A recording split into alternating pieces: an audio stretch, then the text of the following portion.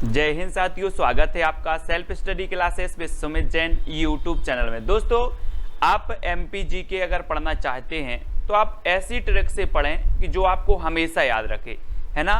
तो मैं निरंतर प्रयास कर रहा हूं कि अच्छी अच्छी ट्रिकों के माध्यम से आपको जो एमपी का सामान्य ज्ञान है वो याद हो जाए। आप पूरे वीडियो जरूर देखें। वीडियो आपको कहां से मिलेंगे? तो आपको चैनल की प्लेलिस्ट पर वीडियो मिल जाएंगे। चैनल की प्लेलिस्ट में जाएं, वहां पर एमपीजी की ट्रिक मिलेगा, है ना। आप एमपीजी के पढ़ते हो लेकिन एक आध दो दिन में भूल जाते हो, लेकिन अगर मेरे आपके पूरे वीडियो एक बार देख लें आपको लगेगा कि हाँ मैंने कुछ पढ़ा है। ठीक है, तो पूरे वीडियो जरूर देखें दोस्तों। निरंतर आपकी सीरीज चल रही है। रोज आपकी क्लास होती है सुबह 8:15 पर और शाम को 4 बजे। ठीक है, तो इससे एमपीजी की ट्रिक की वीडियो आता है। तो जो भी साथी एमपीजी के, एमपीपीएससी, एमपीएसआई या फिर एमपी जेल प्रहरी और एमपी पुलिस का एग्जाम दे रहे हैं, उनके लिए ये वीडियो रामबाण है दोस्तों। आप पूरा वीडियो जरूर देखें, आपको कुछ याद नहीं करना, आपको याद हो जाएगा। ठीक है, तो ये बेल आइकन आपको दबाना है और ऑल पर क्लिक करना है। चलिए स्टार्ट करते हैं दोस्तों आज का ये वीडियो। ये हमारा मध्य प्रदेश है। मध्य प्रदेश का परिचय एक वीडियो मैंने बनाया है जिसमें मध्य प्रदेश को हृदय प्रदेश, मध्य प्रदेश को मध्य भारत, मध्य प्रदेश को लघु Bharat, soya state, tiger state, विभिन्न नामों से जाना जाता है, जो सभी लोगों को पता है। पूछ लिया जाता है एक आध क्वेश्चन। अब दोस्तों यहां पर आपका दिया है कि मध्य प्रदेश का सबसे बड़ा रेलवे जंक्शन स्थित है। तो रेलवे जंक्शन कहां स्थित है आपको बताना है। 4 विकल्प दिए जाते हैं और 2 सेकंड भी आपको दिए जाते हैं दोस्तों। तो जल्दी से, जब तक मैं आपको हिंट दे रहा हूं दोस्तों, अब बात आ रही है दोस्तों रेलवे जंक्शन की। काय की बात आ रही है? रेलवे जंक्शन की। और रेलवे जो रेल रहती है उसको आप रस्सी से खींचोगे तो क्या खींचेगी? नहीं खींचेगी ना, है ना। तो रेलवे जंक्शन जो स्थित है वो कहां पर है? इटारसी में है। कहां पर है? इटारसी में। और दोस्तों जहां पर रेलवे जंक्शन होगा, अब आपको नापना है कि कौन सा बड़ा है कौन सा छोटा है। तो आप कैसे नापोगे? कैसे नापोगे? रस्सी ले लेना है। मैं एक रस्सी दे दूंगा आपको और रेलवे जंक्शन नाप लेना कि कौन सा रेलवे जंक्शन मध्य प्रदेश में सबसे बड़ा है। तो रस्सी से आपका इटारसी, है ना। इस प्रकार से याद रख लेना है। बड़ा पूछा है तो बड़ा नापने नहीं जाना है। अब रस्सी लेके नाप के और इटारसी बता देना। रस्सी बोले हमने रस्सी से नाप लिया, इटारसी, इटारसी ही बड़ा है। ठीक है, तो दोस्तों अब बात आती है कि इटारसी कहाँ है। तो इटारसी है होशंगाबाद में। ये आपका होशंगाबाद जिला है। मैप में देखो, यहां पर मध्य प्रदेश का सबसे बड़ा रेलवे जंक्शन इटारसी स्थित है। ठीक है, अगला बताना दोस्तों, मध्य प्रदेश का क्षेत्रफल की दृष्टि से सबसे बड़ा जिला कौन सा है? सबसे बड़ा जिला क्षेत्रफल की दृष्टि से बताना। अब दोस्तों यहां पर बड़ा पूछा है तो जिला भी कैसा होगा? बड़ा ही होगा। कैसा ही होगा? बड़ा ही होगा और बड़ा नाम आएगा उसमें। बड़ा पूछा है तो कौन सा होगा? मैंने हिंट आपको दे दी है, तो आपका बिल्कुल सही आंसर क्या हो जाएगा? छिंदवाड़ा। अब क्षेत्रफल की दृष्टि सबसे बड़ा पूछा था तो यहां पर बाड़ा, बोले छिंदवाड़ा, बड़ा ही तो है ना। तो छिंदवाड़ा यानी ए नंबर आपका बिल्कुल सही हो जाएगा। ठीक है, वीडियो अच्छा लगे दोस्तों, याद हो रहा हो तो वीडियो को लाइक करें। और ये देखो, ये है छिंदवाड़ा, पूरे मध्य प्रदेश के देखो जिला, और ये छिंदवाड़ा सबसे बड़ा है। छिंदवाड़ा, है ना, क्षेत्रफल की दृष्टि से। तो याद रख लेना है, बाड़ा आ रहा है तो बड़ा। ठीक है, बाड़ा आ रहा है तो बड़ा, इस प्रकार से। अब दोस्तों मध्य प्रदेश में सबसे बड़ी तांबे की खदान कहां पर स्थित है? सबसे बड़ी तांबे की खदान बताना है। अब यहां पर तांबे की बात आई है तो दोस्तों गरीब आदमी है, सोना तो नहीं जुड़ रहा है, तो अपन काय के बाला पहनेंगे। अब तांबे के बाला पहनेंगे। काय के? तांबे के बाला पहनेंगे। तो तांबे की जो खदान होगी वो कहां पर होगी? कहां पर होगी? बालाघाट में। क्योंकि अब हमें तांबा लेने कहां जाना है? खदान जाना है। तो तांबे की खदान कहां पर होगी? बालाघाट में, क्योंकि हम तांबे के बाला पहनेंगे। बाला, ठीक है, काय के पहनना है? बाला, तांबे के। तो तांबे की खदान कहां पर है? बालाघाट में है। अब दोस्तों ये बालाघाट कहां पर है मध्य प्रदेश में? तो देखें, ये है आपका बालाघाट। ठीक है, बहुत ही अच्छा क्षेत्र है बालाघाट, है ना। और यहां पर तांबे की खदान है। ठीक है दोस्तों, अगर आप एमपीपीएससी और व्यापम से संबंधित किसी भी एग्जाम की तैयारी कर रहे हैं तो अनअकैडमी ऐप आप इंस्टॉल कर सकते हैं। नीचे दी डिस्क्रिप्शन में लिंक है, ठीक है, उससे आप अनअकैडमी ऐप डाउनलोड कर सकते हैं, इंस्टॉल कर सकते हैं। यहाँ पर दोस्तों आपके लिए बहुत सारे फायदे हैं, देख लेते हैं कौन कौन से फायदे। जब आप अनअकैडमी ऐप है दोस्तों क्या करते हैं, इंस्टॉल करते हैं यहाँ से, तो यहाँ पर आपको अनअकैडमी ऐप में लॉग इन करना है। साथ ही दोस्तों यहाँ पर आपको ईमेल और फोन के माध्यम से दोस्तों आपको जब इस ऐप में आप पहुंच जाएंगे तो आप अपना गोल यानी कि आप किस एग्जाम की तैयारी कर रहे हैं, MPPSC व्यापम, आप यहां पर चयन करेंगे, जहां पर आपको फ्री लाइव क्लासेस भी उपलब्ध होती हैं। और साथियों बात करें कि यहां पर फ्री लाइव क्लास और डेमो क्लास भी आपके लिए उपलब्ध है, तो इन क्लासों को भी आप देख सकते हैं, आपके डाउट भी यहां पर क्लियर किए जाते हैं। साथ ही यहां पर आपको लाइव क्लास भी मिलती हैं। फ्री लाइव क्लास में दोस्तों आपको ऑनलाइन लाइव क्लास मिलेगी, साथ ही आपके लिए टेस्ट भी मिलेगा और टेस्ट में आपका स्कोर कार्ड भी बताया जाएगा, है ना।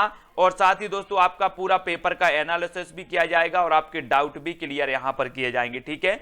अब बात करें दोस्तों यहां की कि जो भी आप टेस्ट देते हैं उस टेस्ट से संबंधी अगर कोई आपको डाउट लगता है तो आप टॉप एजुकेटर के द्वारा दोस्तों चैट कर सकते हैं और डाउट का सॉल्यूशन पा सकते हैं। साथ ही यहां पर आपको दोस्तों PDF भी मिलेंगी, आपको PDF भी डाउनलोड करेंगे और ये बिल्कुल PDF बिल्कुल फ्री में मिलेंगी आपको, ठीक है। तो आपको ऐप को क्या करना है, इंस्टॉल करना है। और दोस्तों यहां पर अगर बात करें तो यहां पर जो भी आप टेस्ट देते हैं, जो भी आप टेस्ट दे रहे हैं, इसका दोस्तों स्कोर कार्ड आपके सामने मिलेगा कि आपको कितने नंबर इसमें प्राप्त हुए हैं।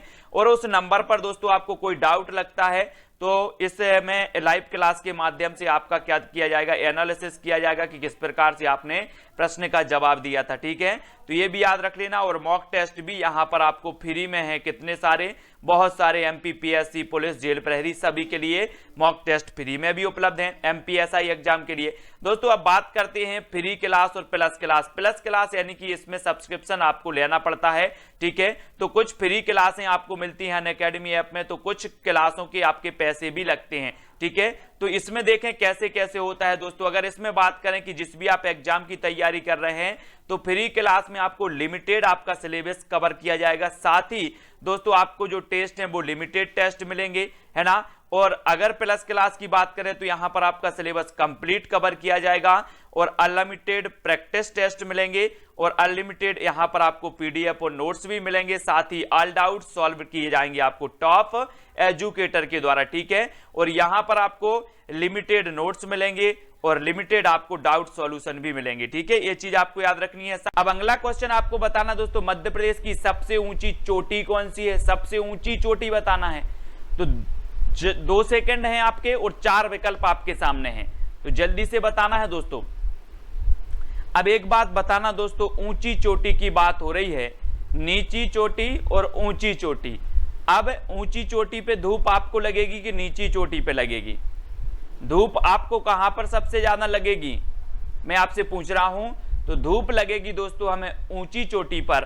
तो ऊंची चोटी कौन सी होगी, धूपगढ़, जिसकी ऊंचाई कितनी है, 1350 मीटर, 1350 मीटर है, याद रख लेना। ये मध्य प्रदेश की सबसे ऊंची चोटी है। सतपुड़ा मैकल श्रेणी जो है आपकी, सतपुड़ा श्रेणी, इसकी ऊंची चोटी है और मध्य प्रदेश की ये सबसे ऊंची चोटी 1350 मीटर इसकी ऊंचाई है। अब दोस्तों ये बात आती है कि ये धूपगढ़ कहां पर है, तो धूपगढ़ है दोस्तों कहां पर, होशंगाबाद। होशंगाबाद में एक स्थान है पचमणी, ठीक है, पर्यटकों का स्वर्ग कहा जाता है पचमणी को, यहीं पर है धूपगढ़, है ना, धूपगढ़। और ये सबसे ऊंची चोटी है और यहाँ का सनसेट जो है बहुत बढ़िया दृश्य होता है दोस्तों यहाँ का, ये चीज आपको याद रखनी है। और ये होशंगाबाद में स्थित है, ठीक है। अगला बताना दोस्तों, मध्य प्रदेश के किस जिले में बाघ की गुफाएं हैं। अब बाघ की गुफाएं हैं तो कहां पर हैं। अब बाघ जो है दोस्तों आपका क्या है, बाघ हमारा राष्ट्रीय पशु है और बाघ के दांत इतने नुकीले होते हैं कि अगर एक दांत आपको लग जाए तो खून की क्या लग जाएगी, धार लग जाएगी। तो बाघ की गुफाएं कहां पर होंगी, कहां पर होंगी बाघ की गुफाएं, धार लग जाएगी तो धार में, है ना। बाघ की गुफाएं कहां पर है, धार, यानी A नंबर आपका बिल्कुल सही है। मैंने पूरी गुफाएं आपको याद करवाई हैं ट्रिक से, ठीक है, तो देख लेना। अगला बताना है दोस्तों, और धार कहां पर है, तो ये है आपका धार, यहां पर बाघ की गुफाएं हैं, ठीक है। अगला क्वेश्चन बताना दोस्तों, अरावली पर्वत की सबसे ऊंची चोटी है तो कौन सी है, अरावली पर्वत की। तो 2 सेकंड में आपको उत्तर बताना है दोस्तों। और मैं थोड़ी सी हिंट आपको दे रहा हूं कि पुराने समय में जब बलि देते थे, क्या देते थे? बलि, बलि देते थे। ये आया है ना बलि, तो कौन देते थे? बलि। जो गुरु लोग होते थे वो बलि दे देते ना, है ना, पुराने समय में। अब तो बलि देना बंद है, लेकिन पुराने समय में जब बलि देते थे तो गुरु लोग क्या करते थे? बलि देते थे। तो अरावली पर्वत की जो सबसे ऊंची चोटी होगी वो कौन सी होगी? बलि की बात आ रही है, तो बलि कौन देते थे? गुरु। तो गुरु शिखर, यानी कि जो बी नंबर है वो बिल्कुल सही हो जाएगा। ये अरावली पर्वत की ऊंची चोटी है दोस्तों, गुरु शिखर, और ये है आपकी गुरु शिखर। कहां पर है? राजस्थान में। माउंट आबू के गुरु शिखर, माउंट आबू का ये गुरु शिखर, ये शीर्ष चोटी मानी जाती है अरावली पर्वत की। तो याद रखें ये राजस्थान में है। ये हमारा जो उत्तर पश्चिमी जो राज्य है, मध्य प्रदेश के जो उत्तर पश्चिम में स्थित राज्य है वो कौन सा है? राजस्थान। और यहां पर है अरावली, ठीक है, कि सर्वोच्च चोटी गुरु शिखर, ठीक है, याद रखेंगे। अब दोस्तों आपको बताना, भरबेली नामक एशिया की सबसे बड़ी मैग्नीज खदान स्थित है। एशिया की सबसे बड़ी, ये भरबेली है और एशिया की सबसे बड़ी बतानी है। तो आपको पता है दोस्तों कि मैग्नीज हमारे मध्य प्रदेश में कहां पाया जाता है? सबसे ज्यादा पाया जाता है कहां पर? बालाघाट में। तो ये जो भरबेली की मैग्नीज की अब सबसे बड़ी आ रही है, तो सबसे बड़ी खदान कहां पर स्थित होगी? भाई हमने तो देख लिया कि हमारे बालाघाट में पाई जाती है, तो मैग्नीज की बालाघाट में होगी कि और कहीं होगी? बालाघाट में करेंगे ना स्थापित। तो बी नंबर आपका बिल्कुल सही हो जाएगा, ठीक है। अगला दोस्तों, अब बालाघाट तो मैंने आपको बता ही दिया है कि ये है आपका बालाघाट, ठीक है ना, और तांबे की खदान है यहां पर, ये चीज सभी को याद रखना है। मध्य प्रदेश में खुली जेल स्थित है, तो कहां पर स्थित है? खुली जेल। तो 2 सेकंड में आपको उत्तर बताना है दोस्तों, मध्य प्रदेश में खुली जेल कहां स्थित है? तब आपका बिल्कुल सही आंसर हो जाएगा दोस्तों, कहां पर स्थित है? मूंगा। अब दोस्तों इसको कैसे याद रखोगे आप? मूंगा आप दे दें ना, मूंगा, हीरा, मोती, कि आप अंगूठी में मूंगा पहनो। क्या पहनो? मूंगा पहनो। और दोस्तों अगर आप मूंगा चुरा लोगे किसी का तो जेल खुली है। अगर आप किसी का मूंगा चुरा लोगे तो जेल आपके लिए खुली है, इसलिए मूंगा नहीं चुराना है क्योंकि जेल खुली है। तो खुली जेल कहां पर होगी? मूंगावली में। अब एक दिक्कत और आ जाती है कि ये मूंगावली कहां पर है, तो याद रखें दोस्तों, ये मूंगावली है आपका अशोक नगर में। कहां पर है? अशोक नगर में है मूंगावली। यहां पर खुली जेल है। और यहीं अशोक नगर में चंदेरी है दोस्तों। चंदेरी के साड़ियां प्रसिद्ध हैं, चंदेरी की साड़ियां प्रसिद्ध हैं, है ना। जागेश्वरी देवी का मेला भी यहीं पर लगता है चंदेरी में, तो याद रखेंगे, ठीक है।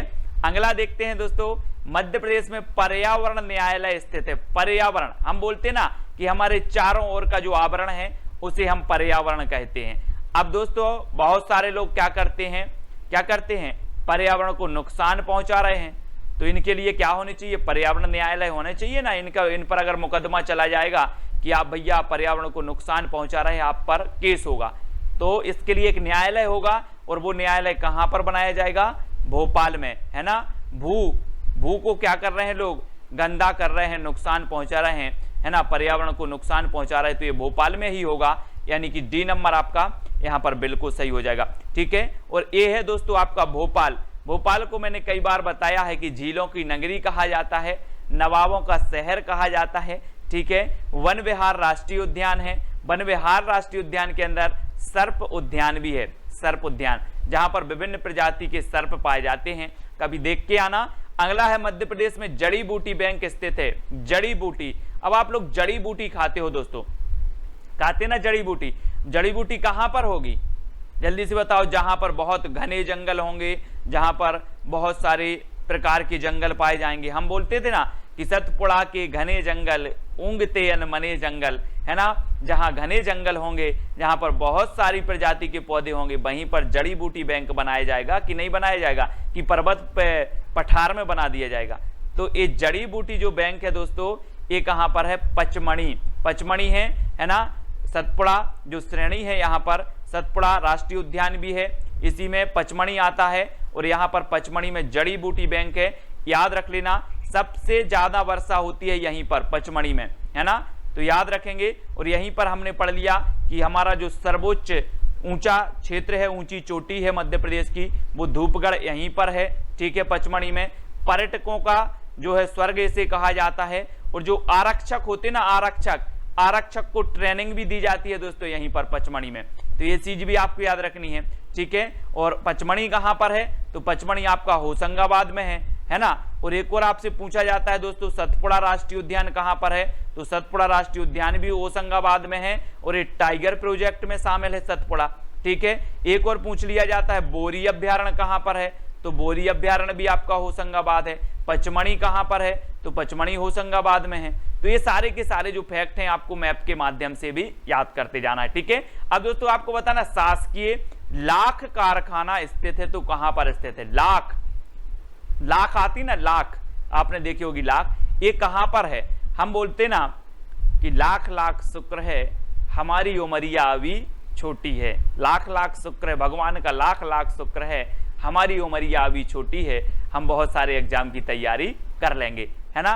तो लाख कारखाना कहां पर होगा, उमरिया छोटी है, तो कहां होगा, उमरिया में, यानी बी नंबर आपका बिल्कुल सही हो जाएगा। और उमरिया में दोस्तों एक आपका कौन सा राष्ट्रीय उद्यान है, बांधवगढ़ राष्ट्रीय उद्यान। बांधवगढ़ राष्ट्रीय उद्यान है, टाइगर प्रोजेक्ट में शामिल है, ठीक है। और ये 32 पहाड़ियों से घिरा राष्ट्रीय उद्यान है बांधवगढ़ राष्ट्रीय उद्यान, जो कि कहां पर है, उमरिया में है। और यहीं पर लाख कारखाना भी है उमरिया में, तो इसको आपको याद रखना है। और ये है दोस्तों आपका उमरिया, मैप में देखो उमरिया, ठीक है।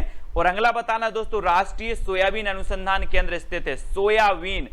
अब आपको बताना है दोस्तों सोयाबीन में सबसे ज्यादा क्या होता है, प्रोटीन होता है। हम पढ़ते ना कि सबसे ज्यादा प्रोटीन किस में होता है, तो सोयाबीन में होता है। अब सोयाबीन अनुसंधान केंद्र कहां होगा, अगर मैं आपसे बोलूं कि सोयाबीन फ्री में बट रहा है, सोयाबीन फ्री में बट रहा है, तो आप कैसे आओगे, पैदल आओगे कि दौड़ दौड़ के आओगे, दौड़ दौड़ के आओगे ना। तो सोयाबीन फ्री में बट रहा है तो आप दौड़ दौड़ के आओगे। तो सोयाबीन अनुसंधान केंद्र कहां पर स्थापित किया जाएगा, तो एक किया जाएगा दोस्तों कहां पर, इंदौर, यानी कि जो आपका सा नंबर है वो बिल्कुल सही हो जाएगा, ठीक है। सोयाबीन अनुसंधान केंद्र कई बार पूछा गया, इंदौर में स्थित है ना। और ये है दोस्तों आपका इंदौर। इंदौर एक और प्रश्न पूछा जाता है कि इसे कपड़ा नगरी भी कहा जाता है, ठीक है। कपड़ा नगरी कहा जाता है, अहिल्या नगरी भी इसे कहा जाता है, ठीक है, इंदौर को। और ये खान नदी के किनारे स्थित है दोस्तों, खान नदी, याद रख लेना, खान नदी, ये क्वेश्चन पूछा गया, खान नदी। तो इंदौर के बारे में आपको पता चल जाता है कि सोयाबीन अनुसंधान केंद्र है ना। और इसे कपड़ा नगरी कहा जाता है, अहिल्या नगरी कहा जाता है, खान नदी भी यहीं से निकलती है ना। तो याद रख लेना, किनारे स्थित है ना। अब अगला क्वेश्चन आपको बताना, मध्य प्रदेश में गेहूं अनुसंधान केंद्र कहां पर स्थित है। दोस्तों आप गेहूं की रोटी खाते हैं, गेहूं की रोटी खाते हैं, 2 सेकंड में आप उत्तर तो बताया करो, ठीक है। अगर आपसे बनता है तो उत्तर बताया करो। मैं हिंट आपको देता हूं कि आप गेहूं की रोटी खाते हैं तो आपको क्या मिलता है, क्या मिलता है, पावर मिलता ना, आपको एनर्जी मिलता है कि नहीं, पावर मिलती है। आप गेहूं की रोटी खाते हो तो आपको पावर मिलती है। तो गेहूं अनुसंधान केंद्र कहां पर होगा, अब आपको ही उत्तर बताना है। और आपका बिल्कुल सही आंसर होगा, गेहूं से हमें क्या मिलती है, गेहूं की रोटी से पावर, तो पवार खेड़ा कहां पर है, पवार खेड़ा, यानी डी नंबर आपका बिल्कुल सही होगा। अब दोस्तों पवार खेड़ा कहां पर है, तो देख लेते हैं मैप में। ये है आपका होशंगाबाद दोस्तों, होशंगाबाद डिस्ट्रिक्ट है और यहां पर आपका पवार खेड़ा है, ठीक है। तो याद रख लेना, होशंगाबाद से मैंने कई तथ्य आपको बता दिए हैं कि पचमढ़ी यहीं पर है, सतपुड़ा यहीं पर है, बोरी अभ्यारण्य यहीं पर है, ठीक है। और पवार खेड़ा जो कि यहां पर गेहूं अनुसंधान केंद्र है, ये भी कहां पर है, होशंगाबाद में है, ठीक है। अब दोस्तों आपको बताना मध्य प्रदेश की सबसे लंबी नदी कौन सी है। अब आप तो ये तो आपको पता ही होगा, मध्य प्रदेश की सबसे लंबी नदी बताना है, तो आपका बिल्कुल सही आंसर क्या होगा, 2 सेकंड में आपको बताना है। और आपका बिल्कुल राइट आंसर हो जाएगा दोस्तों क्या, नर्मदा नदी, है ना। नर्मदा नदी आपका सही हो जाएगा। नर्मदा नदी की कुल लंबाई कभी कभी पूछा जाता है तो 1312 किलोमीटर इसकी कुल लंबाई है। कभी कभी पूछा जाता है नर्मदा नदी की मध्य प्रदेश में कुल लंबाई, तो मध्य प्रदेश में कुल लंबाई इसकी कितनी है, 1077 किलोमीटर है। तो ये 2 तथ्य आपको याद रखना है, नर्मदा की कुल लंबाई 1312, नर्मदा की मध्य प्रदेश में कुल लंबाई 1077, ठीक है। अब ये दोस्तों नर्मदा नदी की बात आई है, तो ये नर्मदा नदी कहां से निकलती है, ये चीज भी आपको पता होनी चाहिए। तो ये है दोस्तों आपका अनूपपुर जिला है, यहां है दोस्तों आपका अमरकंटक, अनूपपुर जिले में अमरकंटक है, यहीं से निकलती है आपकी नर्मदा नदी। इस प्रकार से ये नर्मदा नदी ऐसी निकलती है। और यहां से अमरकंटक से एक नदी और निकलती है, सोन नदी, ठीक है, सोन नदी निकलती है और यहीं से नर्मदा नदी निकलती है। तो इतनी चीजें आपको याद रखनी है ना। ये कपिलधारा जलप्रपात भी नर्मदा नदी पर बनता है, सहस्त्रधारा जलप्रपात बनता है, धुआंधार जलप्रपात बनता है, ठीक है। नर्मदा नदी में सरदार सरोवर बांध स्थित है, ठीक है, ये चीज भी आपको याद रखनी, सरदार सरोवर। तो इतनी चीजें आपको नर्मदा नदी के बारे में पता चल जाती हैं। अब दोस्तों मध्य प्रदेश की प्रथम महिला राज्यपाल कौन थी, तो जल्दी से 2 सेकंड में आपको बताना है। अब महिला राज्यपाल होंगी दोस्तों तो ये कैसी होंगी, अपन बोलते ना कि वो बहुत सरल आदमी है, बहुत सीधा आदमी है ना। ये राज्यपाल थी, महिला राज्यपाल थी, इसलिए ये कैसी होंगी, सरल, बिल्कुल सरल, यानी कि सीधी सरल हैं। तो आपका बिल्कुल सही आंसर होगा, प्रथम महिला कौन होंगी, सुश्री सरला ग्रेवाल, है ना। बी नंबर आपका बिल्कुल सही हो जाएगा, है ना। तो याद रखना है दोस्तों। अब आपको बताना मध्य प्रदेश की सबसे बड़ी जनजाति कौन सी है, सबसे बड़ी जनजाति बताना है दोस्तों। तो बड़ी कौन सी है, 2 सेकंड में आपको उत्तर बताना है, फिर मैं आपको बता रहा हूं। और आपका बिल्कुल यहां पर सही आंसर होगा दोस्तों, क्या होगा, भील, है ना। सबसे बड़ी जनजाति, पहले जो सबसे बड़ी जनजाति थी वो क्या थी, गौड़, वो कौन सी थी, गौड़, लेकिन अब कौन सी हो गई है, भील हो गई। यानी कि आपका नंबर जो आ है वो बिल्कुल सही हो जाएगा, दूसरे नंबर पर आ गई है अब गौड़, ठीक है, याद रखना है ना।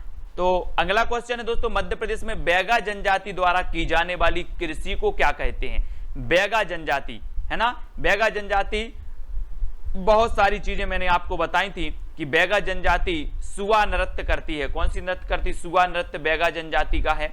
और ये कौन सी कृषि करती है, जो कृषि ये करता है, ये बैगा जनजाति करती है, उस कृषि को क्या कहा जाता है, तो उसे कहा जाता है दोस्तों बेवार कृषि। क्या कहा जाता है, बेवार कृषि।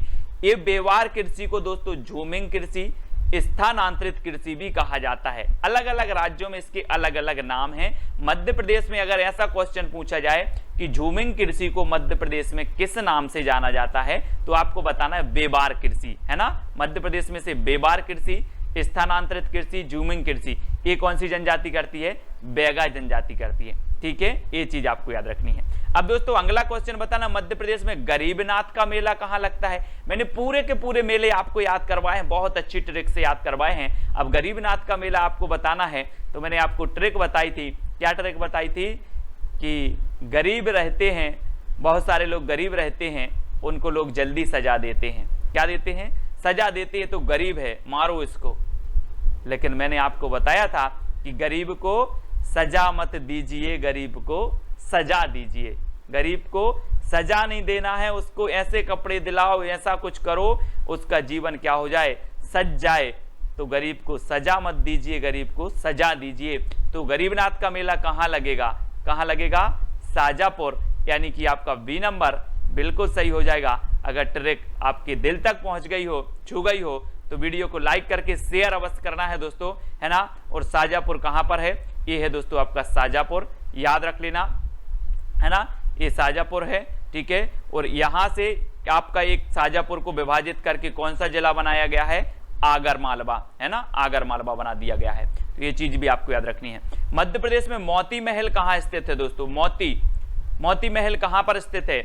अब मैं थोड़ी सी हिंट आपको दे रहा हूं कि अगर आपको कहीं मोती डला मिल जाए तो क्या होगा, आपका मन डोल जाएगा, आपका मन डोल जाएगा, उठाऊं या ना उठाऊं, उठाऊं या ना उठाऊं।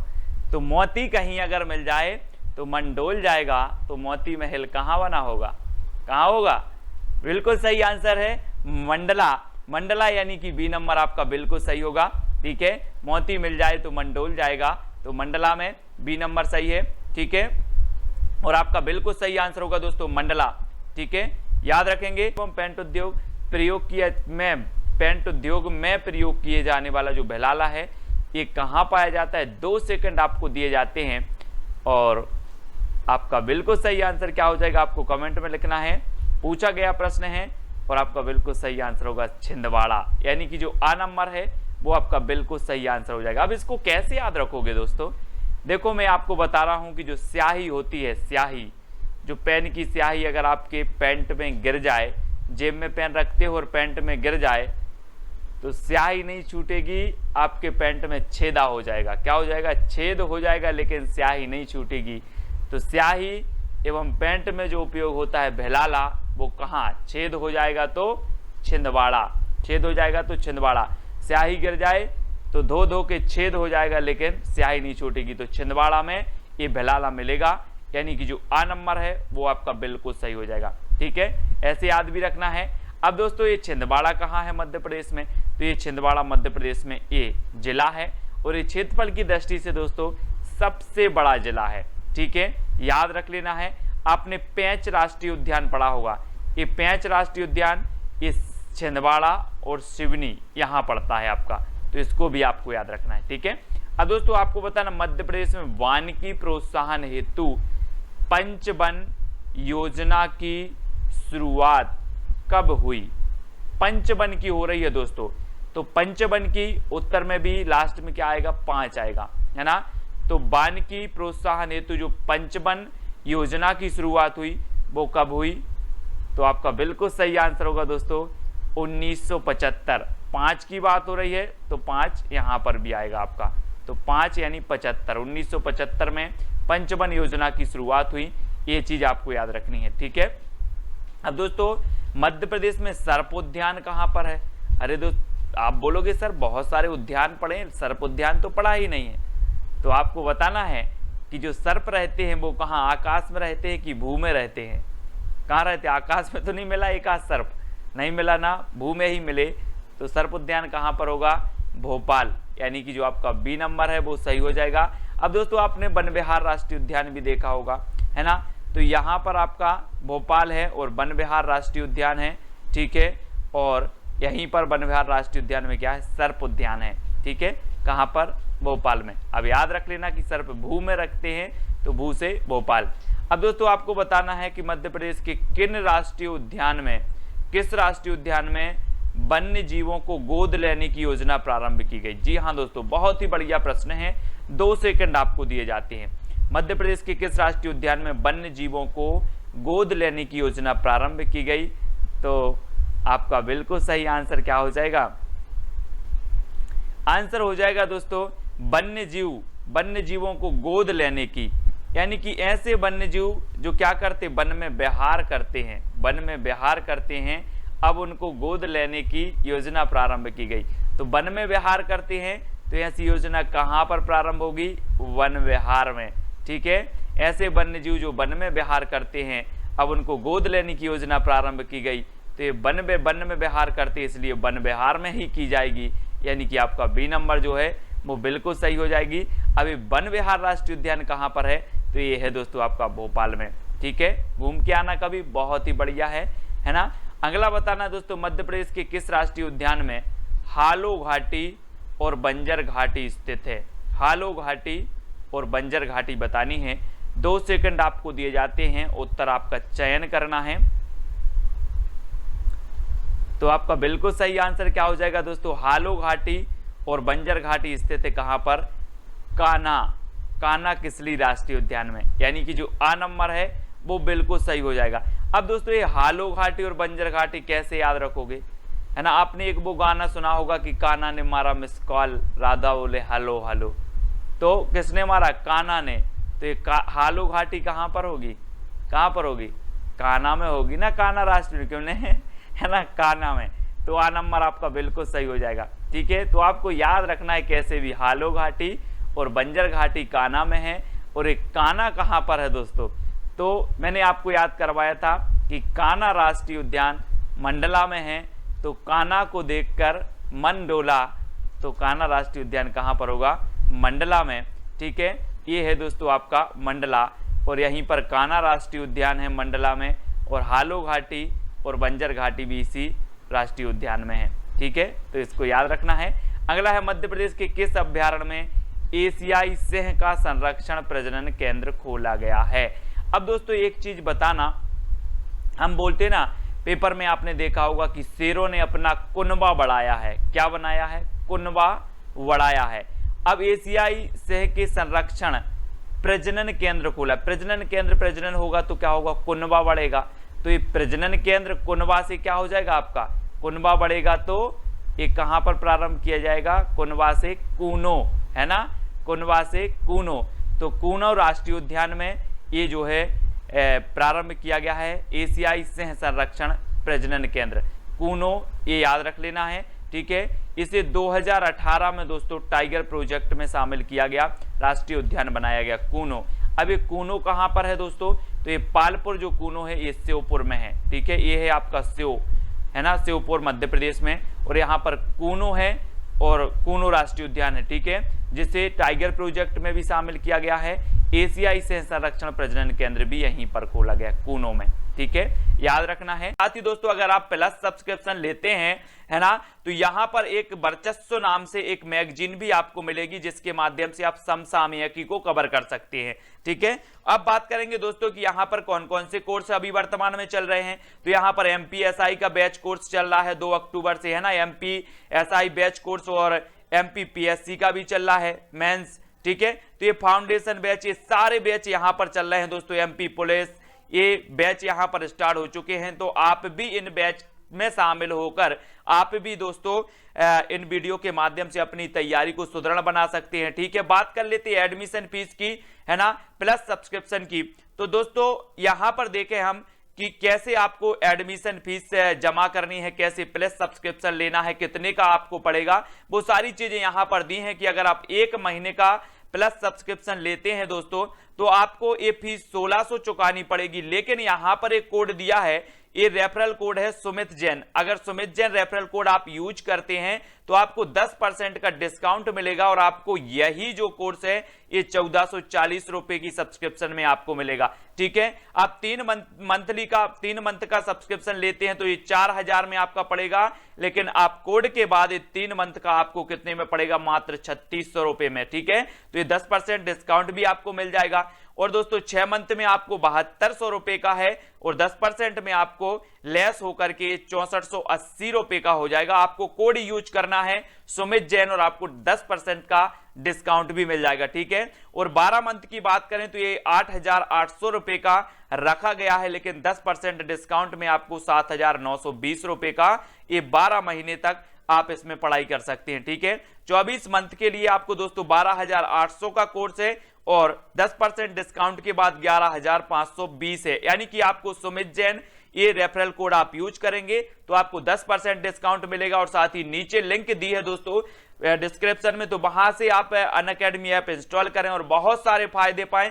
निःशुल्क क्लासें भी यहां पर उपलब्ध हैं, साथ ही आप प्लस सब्सक्रिप्शन ले सकते हैं, डाउट भी आपके क्लियर किए जाते हैं, एनालिसिस किए जाते हैं। तो अभी आप डाउनलोड करें दोस्तों अनअकैडमी ऐप, ठीक है। अब दोस्तों आपको बताना, माधव राष्ट्रीय उद्यान शिवपुरी से कौन सा राष्ट्रीय राजमार्ग गुजरता है? मोस्ट इंपोर्टेंट, कई बार एग्जाम में पूछा गया है। माधव राष्ट्रीय उद्यान आपका कहां पर है? सबसे पहली बात तो यहीं पर शिवपुरी में। अब इस माधव राष्ट्रीय उद्यान शिवपुरी से कौन सा राष्ट्रीय राजमार्ग गुजरता है? अब यहां पर आया है दोस्तों शिव, तो शिव जी को आपने देखा 3 ही इनके हथियार हैं। कौन कौन से? 3 कौन कौन से हैं? सर्प है, त्रिशूल है और डमरू है।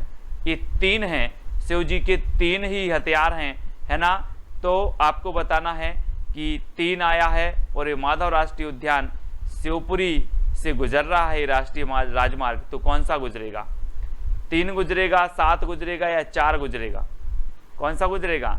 शिव की बात आई है तो शिव जी के 3 ही हथियार हैं, तो NH3, ठीक है। ये चीज आपको याद रखनी है, आपसे पूछा जाता है हमेशा, तो इस प्रकार से याद भी रखेंगे। और ये है दोस्तों आपका शिवपुरी, है ना, यहाँ माधव राष्ट्रीय उद्यान भी है आपका, और माधव राष्ट्रीय उद्यान है, और यहीं से NH जो 3 है वो राष्ट्रीय उद्यान भी यहीं से गुजरा है, ठीक है, इसको याद रखेंगे। अब दोस्तों आपको बताना, मध्य प्रदेश सरकार में मत्स्य पालन को कृषि का दर्जा कब मिला? अब दोस्तों एक चीज बताना कि व्यक्ति अपनी संतान का पालन करता है, किसका?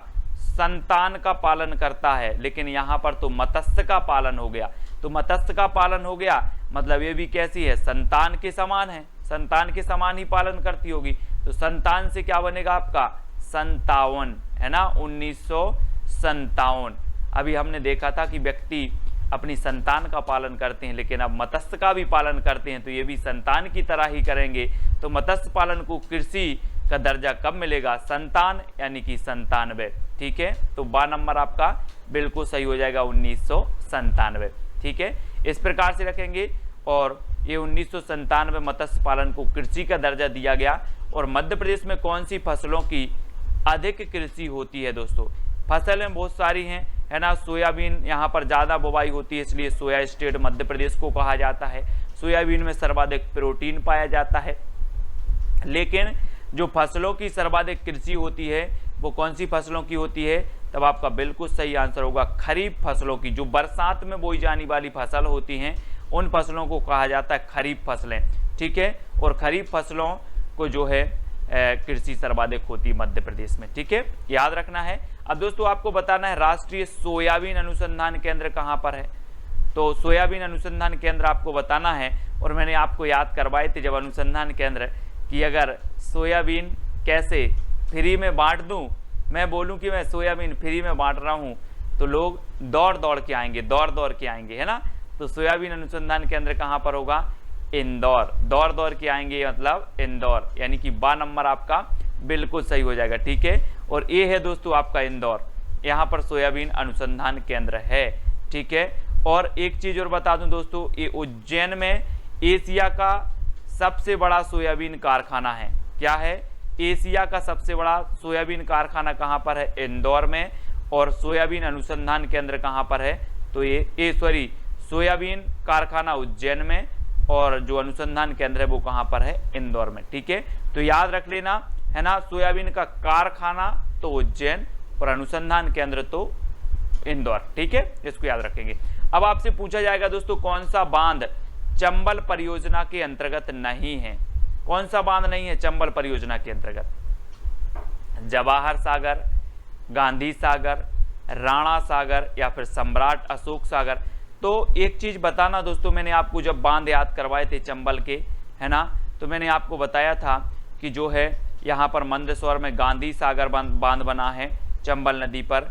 फिर जवाहर सागर राजस्थान में, राणा सागर भी राजस्थान में बने हैं। मतलब चंबल नदी पर ये तीनों बने हैं, जवाहर, राणा और गांधी, है ना। और सम्राट अशोक सागर नहीं बना है, यानी कि जो विकल्प नंबर आपका डी है वो आपका बिल्कुल सही हो जाएगा। ठीक है ना। और चंबल नदी यहाँ से निकलती है दोस्तों महू से, है ना, महू के पास जानापाव से निकलती है।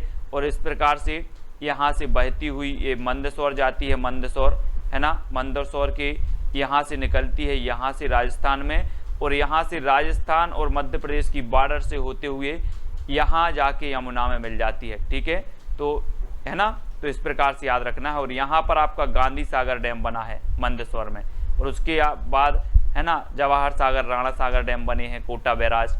ठीक है, अब किस मिट्टी में बालू की कमी होती है दोस्तों? बालू की कमी किस में होती है? तो अब 4 विकल्प हैं, 4 में से एक का चयन करना है कि बालू की कमी किस में होती है। अब दोस्तों एक चीज बताना है आप कि आप बालों में, आप अगर गांव में रहते हो तो बालों में कौन सी मिट्टी डाली जाती है? काली मिट्टी। बालों में काली मिट्टी डाली जाती है, तो बालू की कमी किस में रहेगी? बालू की कमी रहेगी कौन में? काली में। बाली से काली में बाली की कमी, है ना, काली में बाली की कमी यानी बालू की कमी। तो इस प्रकार से काली मिट्टी में बालू की कमी रहती है, यानी जो 1 नंबर है वो आपका बिल्कुल सही हो जाएगा। ठीक है, तो जैसे भी याद करना है वो आप याद रख लेंगे। ठीक है, अगला दोस्तों आपको बताना राज्य में रेगुर किस मिट्टी को कहा जाता है? रेगुर। अब एक चीज बताना दोस्तों, मध्य प्रदेश राज्य की बात हो रही है, 2 सेकंड में आपको उत्तर का चयन करना है। जब तक मैं आपको बता दे रहा हूं कि मध्य प्रदेश में सबसे ज्यादा जो मिट्टी पाई जाती है वो कौन सी मिट्टी पाई जाती है? काली मिट्टी। ठीक है, काली मिट्टी मध्य प्रदेश में पाई जाती है। और काली मिट्टी को रेगुलर इस पर क्या होती है? कृषि होती है, कृषि की जाती है रेगुलर। तो रेगुलर से रेगुर मिट्टी किसे कहा जाएगा?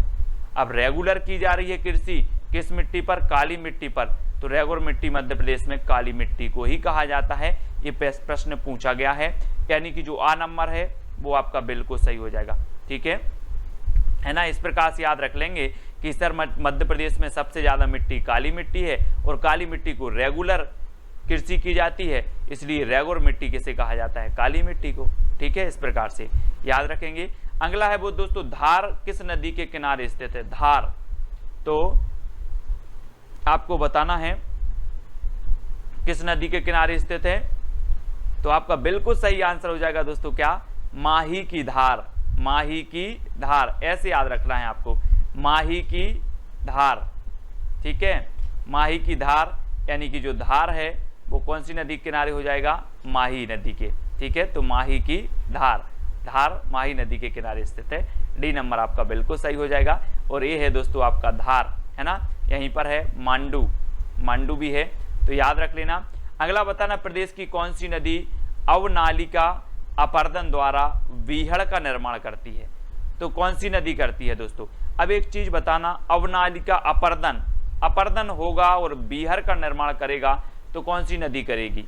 जिसमें बल होगा, जिसमें क्या होगा? बल होगा, वही तो अपर्दन करेगी, वही बीहड़ बनाएगी, है ना। तो बल होगा तो चंबल, है ना, बल से चंबल। चंबल ऐसी नदी है जो अवनालिका अपर्दन द्वारा बीहड़ का निर्माण करती है, यानी कि जो आ नंबर है आपका वो बिल्कुल सही हो जाएगा, चंबल। ठीक है, अगला क्वेश्चन देख लेते हैं। अगला आपको बताना है दोस्तों, इंदौर किस नदी के किनारे स्थित है? ये तो कई बार पूछा गया है दोस्तों। एक चीज बताना, आपको 2 सेकंड में उत्तर तो बताना ही है, जब तक मैं आपको बता दूं कि आपको बहुत तेज भूख लगी है, बहुत तेज भूख लगी है और कोई आपको खाना दे दे, खाना दे दे तो आप क्या करोगे? दौड़ दौड़ के जाओगे। कैसे जाओगे? दौड़ दौड़ के जाओगे। अगर आपको भूख लगी है और खाना दे दे तो दौड़ दौड़ के जाओगे। तो जो खान नदी के किनारे स्थित शहर है उसका नाम क्या है? उसका नाम है इंदौर। ठीक है, एक क्वेश्चन पूछा गया है एग्जाम में, पूछा गया कि इंदौर किस नदी के किनारे स्थित है। तो याद रख लेना कि दौड़ दौड़ के जाएंगे हम अगर कोई खाना दे दे तो। ठीक है, तो खान नदी, इस प्रकार से याद रखना है। अब दोस्तों ये आपका इंदौर है, ठीक है, कपड़ा शहर कहा जाता है, अहल्या नगरी भी इसे कहा जाता है, तो ये चीज भी याद रखेंगे। मध्य प्रदेश का एकमात्र हिल स्टेशन पचमढ़ी किस पर्वत श्रृंखला में स्थित है? मैंने आपको कई बार बताया है दोस्तों कि पचमढ़ी में बरसात सर्वाधिक वर्षा होती है। ठीक है, पचमढ़ी में, और पचमढ़ी में एक जो धूपगढ़ है, धूपगढ़ क्षेत्र मध्य प्रदेश का सर्वोच्च चोटी है धूपगढ़, जिसकी ऊंचाई है 1350 मीटर। ठीक है, धूपगढ़। और यहाँ पर आरक्षक क्या है? आरक्षक ट्रेनिंग सेंटर भी है पचमढ़ी में, तो ये चीज़ भी आपको याद रखनी है। ठीक है, और एकमात्र हिल स्टेशन है पचमढ़ी, है ना। और ये किस श्रेणी में है? पर्वत श्रेणी में है, तो ये सतपुड़ा पर्वत श्रेणी, यानी कि बी नंबर आपका सही हो जाएगा। और ये पचमढ़ी कहाँ पर स्थित है दोस्तों? तो यहाँ पर देखो, ये होशंगाबाद में स्थित है। और होशंगाबाद में मैं कई बार बताता हूँ आपको कि यहाँ पर सतपुड़ा राष्ट्रीय उद्यान भी है ना, सतपुड़ा है, और बोरी अभ्यारण्य भी है, बोरी, है ना। पचमढ़ी तो आपका है ही, तो इनको आपको याद रखना है। अगला दोस्तों है आपका, खिलाफत आंदोलन का नेतृत्व मध्य प्रदेश में किसने किया? अब दोस्तों खिलाफत यानी कि खिलाफ जा रहे हैं। अब अगर कोई खिलाफ जा रहा है ना, अंग्रेजों के खिलाफ जा रहा है, तो ऐसा ही मराठा आदमी होगा कि जबर आदमी होगा? कैसा होगा जल्दी बताओ? जो खिलाफ जा रहा है और खिलाफत आंदोलन का नेतृत्व कर रहा है वो आदमी कैसा होगा? कॉमन सेंस, कैसा होगा? जबर। तो अब्दुल जब्बार, अब्दुल जब्बार ने खिलाफत आंदोलन का नेतृत्व कहां से किया था? मध्य प्रदेश से किया था, यानी कि आपका बिल्कुल विकल्प नंबर जो बी है वो बिल्कुल सही होगा, अब्दुल जब्बार। ठीक है, याद रखेंगे विकल्प नंबर बी को। और अगला क्वेश्चन है आपका, बांधवगढ़ राष्ट्रीय उद्यान कहां पर है? मैंने आपको सारे राष्ट्रीय उद्यान याद करवाए हैं ट्रिक से, अब आपको बताना है। 2 सेकंड आपको दिए जाते हैं और आपका बिल्कुल सही आंसर क्या हो जाएगा दोस्तों? अगर आपको एक पेड़ से बांध दिया जाए, एक पेड़ से बांध दिया जाए और कोई आपको छोड़े ना, तो आप पूरी उमरिया बंधे रहोगे? बंधे रहोगे कि नहीं? बिल्कुल बंधे रहोगे। तो बांधवगढ़ राष्ट्रीय उद्यान कहाँ पर होगा?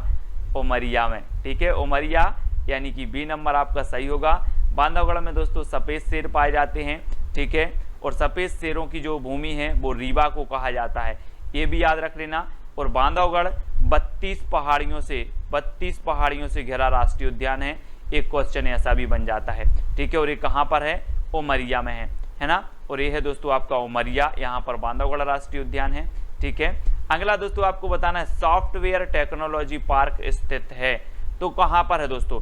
अब मध्य प्रदेश में आप देखते हो दोस्तों कि जो सबसे ज़्यादा टेक्निकल है, सबसे ज़्यादा जो टेक्निकल शहर है वो कौन सा है?